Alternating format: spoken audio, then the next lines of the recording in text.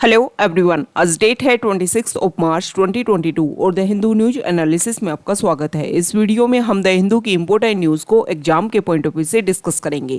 नीचे description box में Telegram channel Volcano IAS academy का लिंक दिया हुआ है। आप Telegram channel Volcano IAS academy के साथ में जुड़ सकते हैं। वहां पर हर exam means UPSC, state PSC and other exams के पॉइंट ऑफ व्यू से काफ़ी इंपॉर्टेंट इन्फॉर्मेशन आप सभी के साथ में शेयर की जाती है।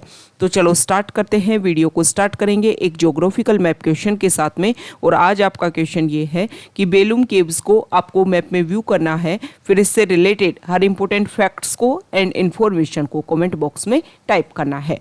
कल हमने आपसे क्वेश्चन पूछा था Pong dam lake wild life sanctuary को लेकर के, तो इसके बारे में अगर हम कुछ बेसिक फैक्ट्स व्यू करें, हमारे इंडिया का जो हिमाचल प्रदेश स्टेट है वहाँ पर Pong dam lake wild life sanctuary exist करती है। ये न्यूज़ में इसलिए रहा क्योंकि 2020-21 का जो विंटर सीजन था उस टाइम में यहाँ पर 1 लाख से ज़्यादा migratory birds Pong dam lake wild life sanctuary में आए थे। अब इससे रिलेटेड कुछ बेसिक फैक्ट्स देख लेते हैं जो हमारे एग्जाम के पॉइंट ऑफ व्यू से इंपॉर्टेंट हैं। 1983 में इसको वाइल्ड लाइफ सेंचुरी का डेजिग्नेशन दिया गया और 2002 में इस लेक को रामसर साइट के रूप में डिक्लेयर कर दिया गया। यहाँ पर ब्यास रिवर जो है वो फ्लो होती है और उसकी जो इंपॉर्टेंट ट्रिब्यूटरीज है वो यहाँ से फ्लो होती है और उसी से पोंग डैम लेक में वाटर की अवेलेबिलिटी होती है। अब रामसर साइट के बारे में अगर कुछ बेसिक फैक्ट्स हम देखें तो ईरान के रामसर जो शहर है वहाँ पर 1971 में एक ट्रीटी होती है कि जो भी हमारा वेटलैंड एरिया है उस सभी को हम प्रिजर्व कर सके, क्योंकि हमारे बायोडाइवर्सिटी को एनरिच करने में जो हमारा वेटलैंड एरिया है उसका काफ़ी इंपॉर्टेंट रोल रहता है। तो उसको सिक्योर प्रोटेक्ट करने के लिए ट्रीटी की गई और उसके बाद में हमारे यहाँ पर इंडिया में भी बहुत सारी रामसर साइट्स हैं।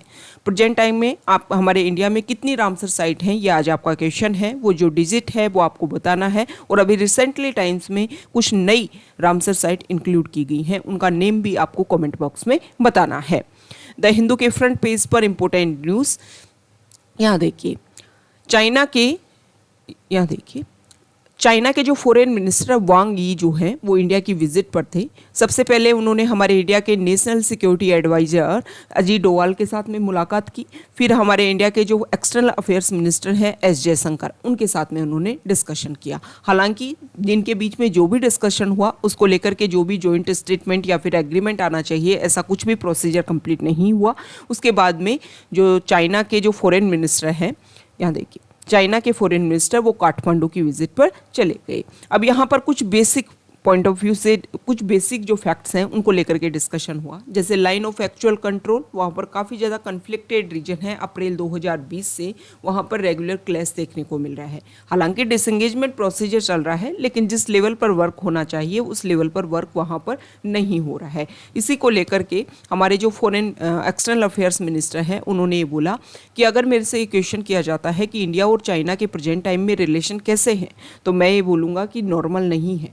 इसका मेजर रीजन ये है कि हमारे लाइन ऑफ एक्चुअल कंट्रोल वाले रीजन में इंडिया और चाइना दोनों की तरफ से 1 लाख से ज़्यादा वहाँ पर सोल्जर्स की अभी भी अवेलेबिलिटी है। तो वहाँ से उनका जो प्रोसीजर है वो कम होगा, उनकी अवेलेबिलिटी कम होगी, तब हमें लगेगा कि हमारे जो रिलेशन जो है वो नॉर्मल सी स्टेज में प्रेजेंट टाइम में चल रहे हैं। ओके, आप सभी को पता है कि जून 2020 में गालवान वैली में क्लैश हुआ था इंडिया और चाइना के बीच में, जिसके बाद में इंडिया ने जो पेंगोंग त्सो लेक है उसके सर्दर्न एरिया को अपने अंडर करके तभी चाइना की जो आर्मी है वो वहाँ से अपने आप को उन्होंने पीछे किया था। नहीं तो वो जो पेंगोंग त्सो लेक का जो एरिया है उसकी जो फिंगर सेट तक का जो पोजीशन है उसको अपने अंडर कवर करने की, अपने अंडर कंट्रोल करने की उन्होंने बात कर दी थी और ये बोला था कि ये तो हमारे चाइना के अंडर वाला पार्ट है। चाइना की यही स्ट्रेटजी है। चाइना क्या करता है, किसी भी रीजनल एरिया में उसको कैप्चर करना होता है, वहाँ पर धीरे धीरे अपनी अवेलेबिलिटी जो है उसको इंक्रीज करता है और एक टाइम के बाद में उसको फिर अपने अंडर कंट्रोल डिक्लेयर करने की कोशिश करता है। अगर हम प्रेजेंट टाइम में बात करें तो हमारे इंडिया के और चाइना का जो बॉर्डर एरियाज हैं वहाँ पर चाइना अपनी एक नई स्ट्रेटजी के अकॉर्डिंग न्यू विलेजेस वहाँ पर डेवलप कर रहा है, इंफ्रास्ट्रक्चर अच्छे से डेवलप कर रहा है कि अगर वॉर जैसी सिचुएशन हो या फिर क्लैश क्रिएट हो दो कंट्री के बीच में तो वहाँ पर इजीली अपने जो डिफेंस वेपन्स हैं उनकी अवेलेबिलिटी निश्चित की जा सके। नेक्स्ट इंपॉर्टेंट आर्टिकल, अभी वेस्ट बंगाल में जो बीरभूम वाला एरिया है वहाँ पर एक वायलेंस क्रिएट हुआ, कुछ जो पर्सन है उनकी डेथ हो गई, उसको लेकर के वहाँ के हाई कोर्ट ने ये ऑर्डर दिया था कि सीबीआई इसकी जांच करेगा। अब जो सीबीआई जो है उन्होंने इसकी जांच को अपने अंडर ले लिया है वो हाई कोर्ट के ऑर्डर के बाद में। Okay, next important article, supreme court ने अलाउ कर दिया है कि वो यूपीएससी एस्पायरेंट विद डिसेबिलिटीज़ वो आईपीएस की पोस्ट के लिए अपने आप को अप्लाई कर सकते हैं। आप सभी को पता है मेंस का रिजल्ट आया है, मेंस के रिजल्ट के बाद में अभी इंटरव्यू होंगे, तो जो भी प्रोसीजर है उसके लिए यहाँ पर उनकी अवेलेबिलिटी निश्चित की गई है। आईपीएस सर्विस के लिए Indian railway protection force service के लिए and Delhi Daman and Diu, Dadra and Nagar Haveli, Andaman and Nicobar island and Lakshadweep police force, इन सब के लिए जो भी एस्पायरेंट्स विद डिसेबिलिटीज़ हैं उनको अलाउ कर दिया है कि आप इन पोस्ट के लिए अपने आप को अलाउ कर सकते हो। ओके, ये एक NGO national platform for the rights of the disabled, उन्होंने एक पिटीशन डाली थी और इसी पिटीशन के ऊपर रिजल्ट दिया है सुप्रीम कोर्ट ने। नेक्स्ट इंपॉर्टेंट आर्टिकल, यूपी के सीएम योगी आदित्यनाथ उन्होंने नेक्स्ट टर्म के लिए अपनी शपथ ले ली है। ऐसा बोला गया है कि वो एक अपनी टर्म को कंप्लीट करने के बाद में रेगुलर दूसरी टर्म के लिए जाने वाले वो यूपी के फर्स्ट सीएम हैं।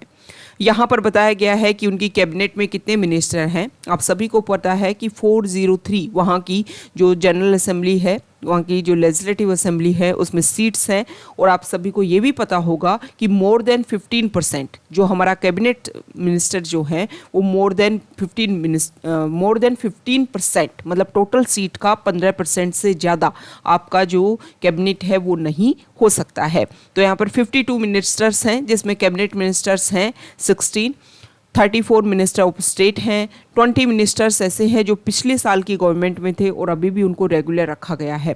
यहाँ पर सबसे इम्पोर्टेंट बात, 2 उन्होंने डिप्टी सीएम की पोस्ट क्रिएट की हैं, एक केशव प्रसाद मौर्य और एक है ब्रजेश पाठक। ओके, ये कुछ इंपॉर्टेंट फैक्ट्स हैं जो आपको पता होना चाहिए। ये बताया गया है कि ओबीसी पार्टी को कितनी मेजोरिटी दी गई है, जो हमारे वहाँ के जो मिनिस्टर्स बने हैं उसमें ओबीसी पार्टी को ओबीसी जो क्राइटेरिया है, क्योंकि आप सभी को पता है कि यूपी में काफ़ी डोमिनेटिंग नेचर में ये जो ओबीसी है वो एग्जिस्ट करते हैं। तो ये कुछ बेसिक फैक्ट्स हैं जो आपको जनरल अवेयरनेस होनी चाहिए। यहाँ पर नेक्स्ट है कि शिवसेना ने आरोप लगाए हैं सेंट्रल गवर्नमेंट के ऊपर कि अगर आपको पावर चाहिए तो आप पावर ले सकते हो, लेकिन अब सेंट्रल एजेंसीज का जिस तरीके से मिसयूज कर रहे हो वो आपको नहीं करना चाहिए। यहाँ पर जो नेक्स्ट आर्टिकल है वो दिल्ली यूटी को लेकर के है, उनके बजट के बारे में कुछ बेसिक फैक्ट्स हैं। इकोनॉमिक सर्वे जो वहाँ का पब्लिश हुआ है तो उन्होंने उसमें ये बताया गया है कि देखो वैक्सीनेशन ने जो भी लोगों की डेथ हो रही थी कोविड की वजह से उन सभी में एक कमी की है, और इकोनॉमी में एक इंक्रीजिंग लेवल जो है वो वैक्सीनेशन की वजह से आया है। अब यहाँ पर कुछ बेसिक फैक्ट्स हैं कि दिल्ली की जो पर कैपिटा इनकम है वो पूरे इंडिया में 3rd नंबर पर, सबसे हाईएस्ट नंबर पर पहुँच चुकी है। नेक्स्ट इम्पोर्टेंट आर्टिकल, यहाँ पर जो आर्टिकल है इसमें देखो, एक तो जो केरला में सिल्वर लाइन प्रोजेक्ट जो हम रेगुलर देख रहे हैं कि वहाँ पर काफ़ी ज़्यादा प्रोटेस्ट देखने को मिल रहा है। ओके, दूसरी यहाँ पर बात है कि आसाम में एनआरसी जो बनाया गया था और उसमें ऐसे लोग जो एनआरसी में शामिल नहीं थे, उसके लिए जो आसाम गवर्नमेंट है उन्होंने डिसाइड किया है कि सुप्रीम कोर्ट में हम अप्रोच करेंगे ताकि सेंट्रल गवर्नमेंट को वो एक डायरेक्शन दे सकें कि वो लोग जो updated national register of citizen जो पब्लिश हुई थी 2019 में, उसका जो अपडेटेड फॉर्म है उससे जो लेफ्ट आउट हुए हैं जो लोग, उनको आधार कार्ड प्रोवाइड करवाई जा सके क्योंकि कुछ ऐसी बेनिफिशियल एक्टिविटीज़ हैं जो आधार कार्ड के बेसिस पर ही उनको अवेलेबल हो पाएंगी। आधार कार्ड की लैक होने की वजह से, कमी होने की वजह से 27 लाख पीपल जो है वो डिप्राइव्ड हैं, जिसमें से कुछ इंडिजिनस कम्युनिटीज़ भी हैं जिनके लिए कुछ गवर्नमेंट स्कीम जैसे कि फ्री राइस हाउसिंग ऐसी कुछ स्कीम चल रही हैं, और इन लोगों के पास में डॉक्यूमेंट्स की अवेलेबिलिटी नहीं है जिसकी वजह से इनको परेशानी हो रही है। ओके, अब यहाँ पर एनआरसी की अगर हम बात करें तो NRC has been in a limbo since the complete draft was published on August 31, 2019। 2019 में 31 अगस्त को जो एनआरसी है वो पब्लिश हुई थी, जिसमें 19.06 लाख लोग जो हैं 3.3 करोड़ एप्लीकेंट में से इन लोगों को बाहर रखा गया था कि ये इंडिया के सिटीजन्स नहीं हैं। आप सभी को पता है इसमें एक टारगेट टाइम डिसाइड किया गया था कि ये डेट है, इससे पहले के जो लोग हैं वो इंडिया के सिटीजन हैं, उसके बाद में इन लोगों ने लीगल तरीके से इंडिया में एंट्री की है वो इंडिया के सिटीजन नहीं है। ओके, तो आपको जो डेट है वो पता होना चाहिए और वो आपको कमेंट बॉक्स में बताना है। नेक्स्ट इंपॉर्टेंट आर्टिकल है एडिटोरियल पेज पर। यहाँ पर जो आर्टिकल है वो इंडिया का जो ट्रेड को लेकर के अभी जो डाटा हुए थे उसके बारे में यहाँ पर बताया गया है कि सेंट्रल गवर्नमेंट ने अनाउंस किया कि इंडिया का जो मर्चेंटाइज एक्सपोर्ट जो है वो काफ़ी ज़्यादा इंक्रीज़ हुआ है इस फिसल ईयर में ही। जो भी हमारे टारगेट्स थे उनको भी क्रॉस करके आगे बढ़ गया है। यहाँ पर अगर हम बात करें तो ओवरसीज शिपमेंट की उन्होंने बात की है कि मार्च 21 तक अगर हम बात करें तो $400 बिलियन का हमारे यहाँ पर ट्रेड देखने को मिला है, एक्सपोर्ट इंडिया से हुआ है। तो इस आर्टिकल में बोला गया है कि कोविड-19 पेंडेमिक की वजह से जो हमारी इकोनॉमी जो एक तरीके से डिग्रेड हुई थी, डिक्रीज उसमें देखने को मिला था, उसमें जो बूस्टअप है वो दोबारा से इंक्रीज हो गया है। मतलब कोविड-19 पेंडेमिक का जो इम्पैक्ट था वो धीरे धीरे कम होता जा रहा है। अब यहाँ पर जो आर्टिकल है उसमें ये बताया गया है कि कौन कौन से सेक्टर में हमारे यहाँ पर बूस्टअप देखने को मिला है। जैसे कि इंजीनियरिंग गुड्स की अगर हम बात करें तो 50% तक वहाँ पर हाइक देखने को मिला है। रेडीमेड गारमेंट्स जो हैं वहाँ पर भी 30%, मोर देन 30% इंक्रीज देखने को मिला है। अप्रैल फरवरी का जो पीरियड होता है वहाँ की जो प्रोविजनल डाटा है कॉमर्स मिनिस्ट्री से, उसी के बेसिस पर ये चीज़ें यहाँ पर आकलन की गई हैं। अगर यहाँ पर हम बात करें कि देखो ये सारी कुछ बेसिस, कुछ प्लस पॉइंट है और हो सकता है कि इसकी वजह से इंडिया जो है वो नेक्स्ट ईयर और भी ज़्यादा अच्छे टारगेट्स को अचीव कर पाए। लेकिन यहाँ पर ये बोला गया है कि जो ऑयल प्राइजेज जिस तरीके से बढ़ रहे हैं उसकी वजह से कुछ इफेक्ट देखने को मिल सकता है।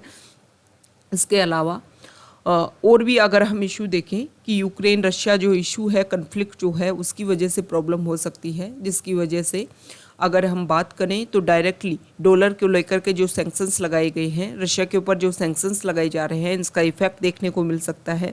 हालांकि रूपी रूबेल में हमने जो हमारा ट्रेड है उसको रेगुलर करने की बात की है। इस आर्टिकल में ये भी बोला गया है कि free trade agreements present time में हम बहुत सारे कंट्रीज़ के साथ में रेगुलर नेगोशिएशंस में हैं कि हम जो फ्री ट्रेड एग्रीमेंट है वो रेगुलर करेंगे, जिससे मार्केट की अवेलेबिलिटी इंडिया को और ज़्यादा होगी और हो सकता है कि आने वाले टाइम में इंडिया का जो एक्सपोर्ट है वो और ज़्यादा हाइक लेवल पर पहुंच सके।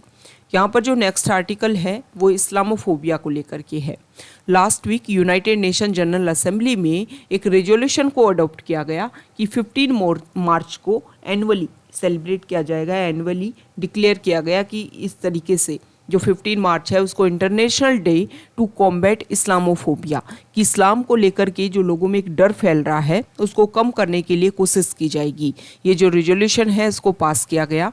ओके, यहाँ पर ये बताया गया है कि इसका मेन स्पॉन्सर के रूप में यहाँ पर सामने आए हैं OIC, organisation of Islamic corporation, the permanent representative of Pakistan to the UN. Munir Akram said the OIC has extensively discussed the proposal with interested delegation for a year, and the same process continued on a draft text was introduced in February this year. यहाँ पर ये जो article है इसमें ये बताया गया है कि इस्लाम को लेकर के जो फोबिया पूरे वर्ल्ड में फैल रहा है उसको काउंटर करने के लिए 15 मार्च को एक अवेयरनेस डे के रूप में डिक्लेयर किया गया है कि ताकि उस पॉइंट के ऊपर या फिर स्पेसिफिक उस डे के ऊपर इस बात के ऊपर डिस्कस किया जाए कि इस्लामोफोबिया जो है उसको किस तरीके से काउंटर किया जा सकता है। आप सभी को पता है ऑर्गेनाइजेशन ऑफ इस्लामिक कॉरपोरेशन पूरे वर्ल्ड में मुस्लिम जो वॉइस है उसको प्रोटेक्ट, सिक्योर और उसको मेंटेन करने के लिए वर्क करता है। ओके, अब यहाँ पर इंडिया का क्या स्टैंड है उसके बारे में बताया गया है। तो राइटर ने ये बोला है कि पॉइंट टू पॉइंट अगर हम बात करें तो इंडिया का हर पॉइंट पर अपना अलग अलग जो स्ट्रेटजी है वो रहती है। ओके, मतलब ऐसा नहीं है कि जो प्रीवियस टाइम में जो चलता आ रहा है उसी के बेसिस पर वो किसी भी पॉइंट को लेकर के अपनी बात रखते हैं, लेकिन स्पेसिफिक उस पॉइंट के अकॉर्डिंग उनकी क्या स्ट्रेटजी होनी चाहिए, क्या उनकी टेंडेंसी होनी चाहिए, उसी के अकॉर्डिंग वर्क किया जाता है। तो यहाँ पर इस आर्टिकल में राइटर का वो बोलना है कि इंडिया की जो कॉम्प्लेक्स पोजीशन है, अगर हम रिलीजन बेसिस पर बात करें तो आप सभी को पता है कि इंडिया में बहुत सारे कुछ कन्फ्लिक्ट भी देखने को मिलते हैं रिलीजन बेसिस पर। इंडिया की कुछ ऐसी स्ट्रेटजी भी रही हैं जिसके बेसिस पर उनकी जो भी पॉलिसी हैं उनमें भी कुछ कन्फ्लिक्ट देखने को मिलता है। ओके, आप सभी को पता है कि हमारे यहाँ पर सिटीजनशिप अमेंडमेंट एक्ट, उसके बेसिस पर भी जो भी माइनॉरिटीज़ हैं हमारे रीजनल एरियाज़ में उनको अवेलेबिलिटी डिसाइड की गई, लेकिन उसमें मुस्लिम कम्युनिटी के जो लोग हैं जो बांग्लादेश, अफगानिस्तान, पाकिस्तान में रहते हैं, हालांकि वो वहाँ पर मेजोरिटी में है, लेकिन फिर भी उनके जो राइट्स हैं उनको सिक्योर करने के लिए इंडिया को वर्क करना चाहिए। तो यहाँ पर राइटर का ये बोलना है कि इंडिया की जो भी स्ट्रेटजी है वो क्लियर होनी चाहिए, कॉम्प्लेक्स तरीके से इंडिया को यहाँ पर अपने आप को रिप्रेजेंट नहीं करना है। नेक्स्ट इंपॉर्टेंट आर्टिकल है पेज नंबर 8 पर। यहाँ पर जो आर्टिकल है, फर्स्ट आर्टिकल देखो, NRI जो हैं उनके लिए ऑनलाइन वोटिंग का जो ऑप्शन है उसको कंसिडरेशन किया जा रहा है। हमारे union law minister for law and justice Kiren Rijiju, उन्होंने कुछ इंपॉर्टेंट बात बोली है कि NRI को लेकर के नॉन रेजिडेंट इंडियंस जो हैं उनके लिए ऑनलाइन वोटिंग को अलाउ करने की पॉसिबिलिटी जो है उसको हम एक्सप्लोर कर रहे थे। इसके अलावा जो भी हमारे इलेक्टोरल रोल्स हैं वहाँ पर आधार कार्ड के साथ में हम ज्वाइन करने की कोशिश कर रहे हैं ताकि जो ट्रांसपेरेंसी है वोटिंग के दौरान जो फ्रॉड है उसको रोक कर सकें, इसके अलावा ट्रांसपेरेंसी को मेंटेन कर सकें। यहाँ पर उन्होंने बोला कि EVM के ऊपर आपको क्वेश्चन नहीं रखना है। EVM जो है वो एक बेहतरीन तरीके से काम करती है। ओके, EVM मशीन के बारे में यहाँ पर ये जो आंसर हैं उन्होंने क्वेश्चन आवर के दौरान दिए। तो क्वेश्चन आवर क्या होता है? पार्लियामेंट की सिटिंग का जो फर्स्ट आवर होता है जहाँ पर मिनिस्टर से क्वेश्चंस पूछ लिए जाते हैं और जो मिनिस्टर हैं उनका आंसर या तो ओरली देते हैं या राइटिंग बेसिस पर देते हैं, लिख करके देते हैं। ये डिपेंड करता है कि क्वेश्चन जो है वो किस तरीके का पूछा गया है। नेक्स्ट इम्पोर्टेंट आर्टिकल जो है, तो यहाँ पर इलेक्टोरल रोल्स के बारे में, इन सभी के बारे में जो हमारे मिनिस्टर उन्होंने आंसर दिया, उन्होंने ये बोला कि हमारा तो एम ये है कि 1 नेशन 1 इलेक्टोरल रोल होना चाहिए ताकि जो वोटिंग प्रोसेस है वो काफ़ी ज़्यादा क्लीन रह सके और उसको हम इंश्योर कर सकें। नेक्स्ट इम्पोर्टेंट आर्टिकल, यहाँ पर जो हमारे यहाँ देखिए बीजेपी MP है राकेश सिन्हा, उन्होंने ये बात बोली कि डिस्ट्रिक्ट लेवल पर, स्टेट लेवल पर कुछ ऐसे फाउंडेशनल पॉइंट्स, कुछ ऐसे रिसर्च पॉइंट हमें एस्टेब्लिश करने होंगे ताकि हमारा इंडिया का जो ट्रेडिशन है, जो हमारी नॉलेज है एंशिएंट इंडिया की, उन सभी को हम रिवाइव कर सकें। नेक्स्ट यहाँ पर क्रिप्टो करेंसी को लेकर के क्वेश्चन है। क्रिप्टो करेंसी को लेकर के अपोजिशन पार्टीज़ ने ये बोला कि बजट में आपने 30% का रेगुलेशन की बात की है कि 30% जो टैक्स है वो इम्प्लीमेंट किया जाएगा, लेकिन जो अपोजिशन पार्टीज़ हैं उन्होंने ये बोला कि क्रिप्टो करेंसी को किस तरीके से रेगुलेट करना है उसको लेकर के अभी तक कोई काम नहीं हुआ है। तो वर्चुअल डिजिटल एसेट्स जो हैं उनको किस तरीके से आप काउंटर करोगे, किस तरीके से मेंटेन करोगे, इसको जो भी क्लियरली आपको आंसर है वो देना चाहिए। Next important article page number 9 पर, यहाँ पर जो इम्पोर्टेंट आर्टिकल है वो पहले तो ये बताया गया है कि लास्ट ईयर जो GSLV का जो मिशन था वो इसलिए फेल हुआ था कि उसके वॉल में कुछ लीक देखने को मिला था। ओके, यहाँ पर INS वल्सुरा जो है उसको प्रेसिडेंट कलर से अवॉर्ड किया गया है। ये जो प्रेसिडेंट कलर क्या होता है, तो देखो जो हमारे प्रेसिडेंट है प्रेजेंट टाइम में रामनाथ कोविंद, उन्होंने INS वल्सुरा को प्रेसिडेंट कलर प्रेजेंट किया है। ये जो INS वल्सुरा जो है वो नेवी का प्रीमियर टेक्नोलॉजिकल ट्रेनिंग सेंटर है। ओके, प्रेसिडेंट कलर क्या होता है कि वो हमारी मिलिट्री यूनिट जिन्होंने पीस के टाइम में भी और वॉर के टाइम में भी कंट्री के लिए किस तरीके से एक्सेप्शनल सर्विस दी है, उनको अगर हमें रिकॉग्निशन देनी है तो एक मिलिट्री यूनिट के रूप में ही काम करता है। और जो मिलिट्री यूनिट पीस टाइम में और वॉर टाइम में बहुत अच्छे से काम करता है उसी को ये प्रेसिडेंट कलर दिया जाता है। अब यहाँ पर INS वल्सुरा के बारे में बात की गई है कि जो भी हमारे ऑफिसर्स होते हैं उनको मेंटेनेंस से रिलेटेड, टेक्नोलॉजी से रिलेटेड, वारशिप में जो भी इशू, जो भी इक्विपमेंट से रिलेटेड उनको इन्फॉर्मेशन देनी होती है तो उन ऑफिसर्स की INS वल्सुरा में ट्रेनिंग होती है। जो नेवी है वो फर्स्ट इंडियन आर्म्ड फोर्स के रूप में प्रेसिडेंट कलर 1951 में हमारे प्रेसिडेंट डॉक्टर राजेंद्र प्रसाद के द्वारा उनको सम्मानित किया गया था, उनको ये अवार्ड दिया गया था। INS वल्सुरा 30 एकड़ में 1942 में ब्रिटिशर्स के रूल के टाइम में ही इसको एक टोरपेडो स्कूल के रूप में इसको डेवलप किया गया था। धीरे धीरे यहाँ पर टेक्नोलॉजिकल ट्रेनिंग इंस्टीट्यूशन को डेवलप किया गया और अभी प्रेजेंट टाइम में बहुत अच्छे से ये वर्क कर रहा है। ओके, नेक्स्ट इंपॉर्टेंट आर्टिकल यहाँ देखिए, ये तो यूजीसी ने जो पीएचडी एडमिशन के लिए जो टेस्ट होना चाहिए उसका एंट्रेंस किस तरीके से होगा उसको लेकर के डिसीजन ले रखा है। यहाँ पर जो नेक्स्ट आर्टिकल है, यहाँ देखो, जो आयुर्वेदिक डॉक्टर हैं उनको भी एलोपैथिक जो काउंटर पार्ट्स हैं उन्हीं के अकॉर्डिंग उनको ट्रीट किया जाए, ये सुप्रीम कोर्ट ने अपना आंसर यहाँ पर देने की कोशिश की है। Next important article page number 10 पर, यहाँ पर राजस्थान की एक स्कीम है उड़ान स्कीम। इस स्कीम में SC ST OBC या फिर वो सारे गर्ल्स जो जिनके पेरेंट्स जो हैं वो लेबरर्स हैं, उनके पास में श्रमिक कार्ड की अवेलेबिलिटी है, उनको कुछ स्कॉलरशिप दी जा रही है ताकि वो अपनी एजुकेशन को लेकर के उनके पास में कुछ मनी की अवेलेबिलिटी हो सके और वो अपनी एजुकेशन जो है उसको रेगुलर कर सकें। तो इस तरीके की जो स्कीम है अदर स्टेट की, अगर हम बात करें, क्वेश्चन इस तरीके से आ जाए कि गर्ल्स की एजुकेशन के लिए पूरे इंडिया में क्या काम किया जा रहा है, तो इसमें स्पेसिफिक आपको जो सेंटर की पॉलिसीज़ हैं उनके आंसर भी आप लिख सकते हो और कुछ स्टेट्स में जो बेहतरीन इनिशिएटिव किए जाते हैं उनका आंसर भी आप इसमें लिख सकते हो। यहाँ पर जो गवर्नमेंट है उन्होंने यूपीएससी कुछ एस्पायरेंट्स जिन्होंने अभी 2021 का जो मेंस का एग्ज़ाम है उसमें कोविड की वजह से इफेक्ट होने की वजह से उन्हें मेंस नहीं दिया, तो वो डिमांड कर रहे थे कि उनको एक एक्स्ट्रा अटैम्प्ट दिया जाए। लेकिन यहाँ पर गवर्नमेंट ने ये बोला है कि एक्स्ट्रा अटैम्प्ट इस तरीके से तो नहीं दिया जा सकता है।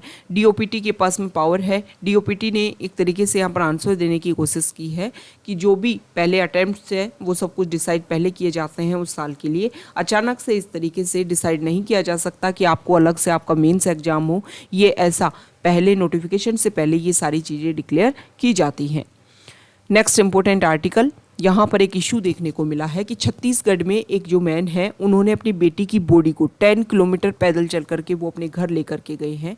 ये चीज़ें हमें शो करती है कि हमारे यहाँ पर अभी भी ग्राउंड लेवल पर अगर हम जा कर के देखें तो बेसिक इंफ्रास्ट्रक्चर इतनी ईजिली अवेलेबिलिटी नहीं है। नेक्स्ट यहाँ पर 5G के बारे में बताया गया है कि इस साल के एंडिंग तक जो 5G जो न्यू जनरेशन है उसको इम्प्लीमेंट कर दिया जाएगा। ओके, नेक्स्ट इंपॉर्टेंट आर्टिकल है फॉरेन पीस पर। यहाँ पर सबसे पहले तो यूएस जो है वो कोशिश कर रहा है कि रशिया की जो गैस जो स्पेसिफिक यूरोपियन कंट्रीज़ को सेंड की जाती है उनके ऊपर कुछ रिस्ट्रिक्शंस लगाए दिए जाएं। मतलब रिस्ट्रिक्शंस जो सैंक्शंस हैं उनका लेवल हाइक किया जा रहा है ताकि रशिया जो है वो डिस्कशन के लिए अपने कुछ पॉइंट्स पर आ सके। यहाँ पर रशिया के जो प्रेसिडेंट हैं वो वेस्टर्न कंट्रीज़ के ऊपर आरोप लगा रहे हैं कि हमारा जो कल्चर है उसको ख़त्म करने की कोशिश कर रहा है वेस्टर्न कंट्रीज़। यहाँ पर श्रीलंका में स्पेशल नॉर्थ ईस्ट फंड जो है उसको सेटअप किया गया है और कोशिश की जा रही है कि जो भी वहाँ पर क्राइसिस देखने को मिल रहा है उन सभी को ख़त्म किया जा सके। ओके, तो ये आज का हमारा द हिंदू का डिस्कशन था। अगर आप यहाँ तक आए हैं, वीडियो आपको अच्छा लग गया है तो प्लीज़ वीडियो को लाइक कर दीजिए, शेयर कीजिए और चैनल को सब्सक्राइब कीजिए। Okay, thank you.